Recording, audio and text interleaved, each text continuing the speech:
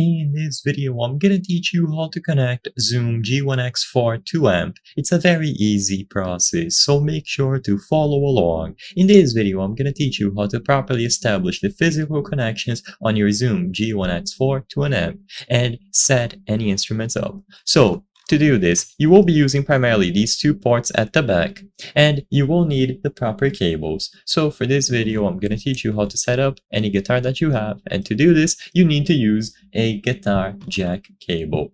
So all that you have to do is put one end of this cable into the output port on the Zoom G1X4, and then the other one goes into the input port on your amp, your mixer, and so on. As long as you establish this physical connection, you are basically good to go. There's no secret to this. You can use another cable and put one end into the input port on the Zoom G1X4 and then the other one into a guitar, for example, like this.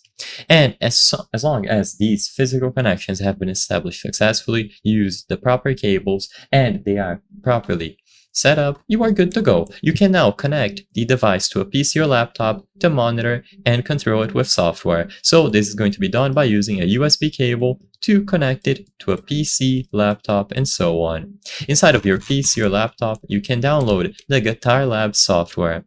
And as soon as you open this, if the cables were properly set up, the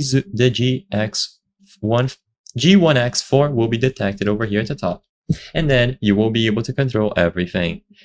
Sadly, I'm not going to be able to go into too much detail on how to use the software. However, it should be very intuitive to use if you are familiar with these types of softwares, and you will be able to control everything about your G1X4. But to easily connect it to an app, you simply have to establish this connection here. I hope I was able to help you on how to connect Zoom G1X4 to AMP. If this video helped you, please be sure to leave a like and subscribe for more very easy tips. Thank you for watching.